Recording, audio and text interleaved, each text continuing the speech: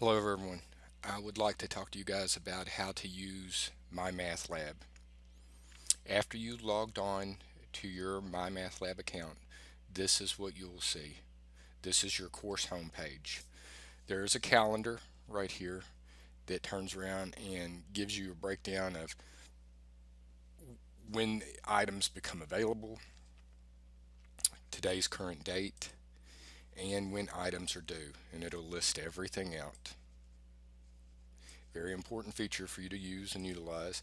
Also right here, this reinforces it. What to work on next. You can simply click on the item that is here, and then it tells you you have 6 days, 9 hours to complete all of the assignments. This is your grade book, more or less, just an overview of it. Okay. One thing that's important with your grade book is that it only shows you, for instance, in my messing around in your class, I have a score of 10%. That's my only grade. Just because you've worked through 2 homeworks and you've gotten 100 on those, you still have other homeworks to do. So if you think, well, I got 100 in this class, once the due date comes and you do not do those assignments, those become zeros. Okay? Those become zeros. So make sure that you're aware of how many assignments you also have, even though you may have 100 in the class. You have to complete all the assignments. Over here on your left, this is your course toolbar that takes you everywhere that you need to go. Some of these may or may not be on your view because I'm an instructor, so I have more resources there for you. But the important thing that you need to do is you can go on here and you can click on anything, go anywhere in it, explore, find, look. E-text or chapter contents. Use those to get to your textbooks. It also gives you other resources that you may use, be able to look at. Sometimes we give you way too much stuff for a course. I tried to minimize that. But click on either one of those to be able to find a different type of resource. Gradebook. This is where your grade is maintained. I will not transfer grades over to my campus. This is where you always go to find your grade. It is current, it is up to date. As soon as you finish an assignment, it is updating your grade as you're going through that assignment. Okay, so the most important thing for you guys here is assignments. So I'm going to click on assignments.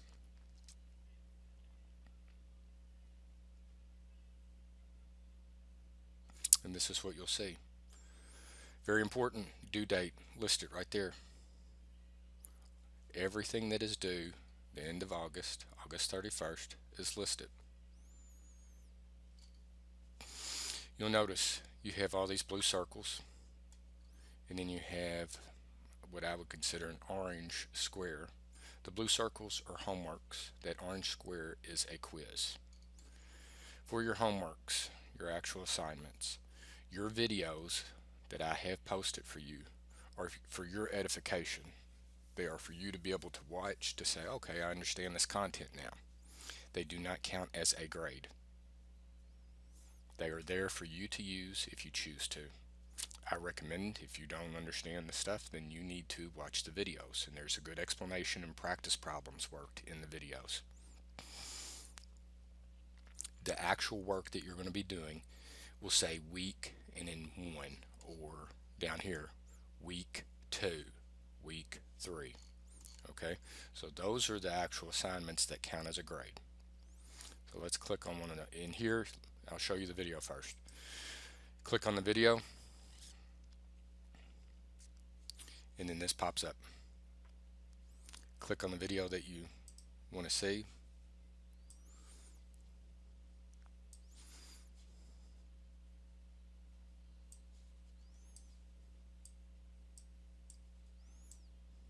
And this is the publisher.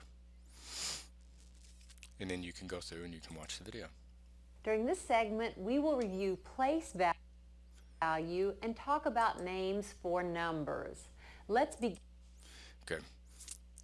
Again, emphasize the videos are not a grade. They are to help you with your assignments. Let's look at what you actually get a grade for. And how about we'll look at week one whole numbers, addition and subtraction. When you do your homework, you need paper and pencil. You need to be taking notes, same whenever you watch the videos, and you need to work through the problems. Whenever you click on your assignment, it gives you information as to what it is. Okay, name of the assignment, the due date, what's your current score. You can work these as many times as you want to make sure that you understand what you're doing. But then it tells you there's a late submission penalty. You lose 10%, okay, for each day that you're late. And then it also tells you have to score at least a 40 before you can take the quiz.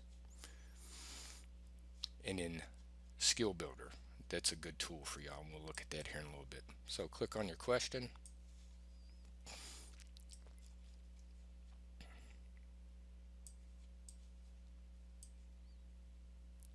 My question pops up. There it is. So it's asking us to take the sum of these two numbers. So if we turn around and type in an answer, there we go. It says, well done. Next question. All right. If I am 100% confident with answering this question, I can just click next question. If I'm not, click the X. Down here at the bottom it says similar question. So then I go to work it and I say, okay, well, let's see here. Oh, it's not correct. It gives you a hint. It says to add whole numbers, add the digits in the ones, then the tens, then the hundreds place, and so on. Okay, so what did I mess up on? I don't understand. I can go up here to question help. And I can say, help me solve this. I want to see an example. Let me see my textbook. I can email my instructor and ask him. Or I can go to Skill Builder. Any one of these, and you need to get on here and explore and use and look at, will help you to be able to reason through. It's about knowing what to do, not just getting the right answer. It's about critically thinking. So I clicked on Skill Builder, and it says, hey, your best score on this is 100%. Do you want to keep that best score? Yes, I do. I want to keep that best score. But now it's going to give you some problems that you have to work that won't hurt your homework, okay? It will just be able to help you understand the concept better. So whenever I turn around and I have this problem here. So I look at my values and I add them up. And let's say, put it in there. Hey, it says yes, we did it.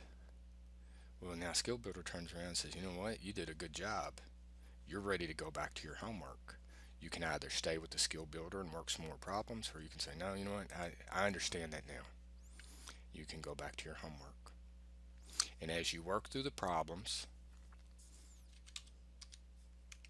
if I just click next question, it takes me to the next one. You can also use this. You can do the drop down. Now, it doesn't tell you what the question is. It's just, here's the next homework question. But you can always go to that. So let's say I've already worked through all these, but I missed problem 8. I can go right to problem number 8 and be able to turn around and work it. So let's say I messed this one up and I get it wrong. Okay. So what I do, I can go to question help and I can say, help me solve this. And it will give you step-by-step instructions as you work your way through. In this case, the digits in the one place are 9 and 4. Okay, I see that. I can answer that. Okay, I did that one. And then it says, and then it breaks it down here, and here's the next pair, 4 and 3. Okay, I know that one. Excellent. And one thing that's nice about the MyMathLab is it does reinforce. Every time you get a positive statement, it says, hey, good job. There you go. Now you're thinking. Okay, I see what I need to do. I just break it down more or less into two little problems. And it should help you to be able to think and conceptualize. That's why you have paper and pencil while you're working these, and you're writing everything out, and you're leaving yourself little notes. And then, say I'm working, and I have to stop. I need to come up here to save. I click save, It saves all your progress for what you've done. And then whenever you come back in here and you look, and let's say we answered every question right except for question 8, and I come back on, I showed you one way to go to it, or else I can just come right down here and click question 8 and be able to correct that score. Every point matters whenever you're doing your work, and in college, every point that you can get, you want to get that. You should want to make an A. You should want to learn the material. MyMathLab will help you to be able to do that. Now, with that being said, the one thing that's important, I do not give y'all a ton of homework just so that you work problems and work problems and work problems. It is up to you. You can turn around and work the homework and make 100 on it, but that doesn't mean that you honestly know the material. Only you know that. I can't tell that by just the problems that I assign. Just because I assign you 50 homework problems instead of 10 doesn't mean that you're going to know the material better. You have to work the homework problems until you yourself know, I know this. That is very important. So rework and rework and rework. In your syllabus, there's the breakdown of the material that you need to do. And I give you an estimated time on how long your homework should take you.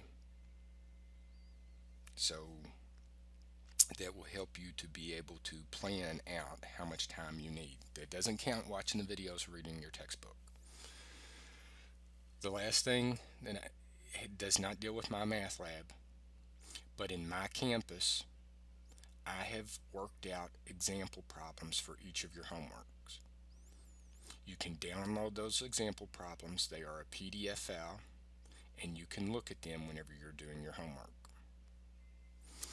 Alright guys, I wish y'all the best of luck. Study hard. Be proactive. Be diligent. Critically think about what you're doing. Write everything out.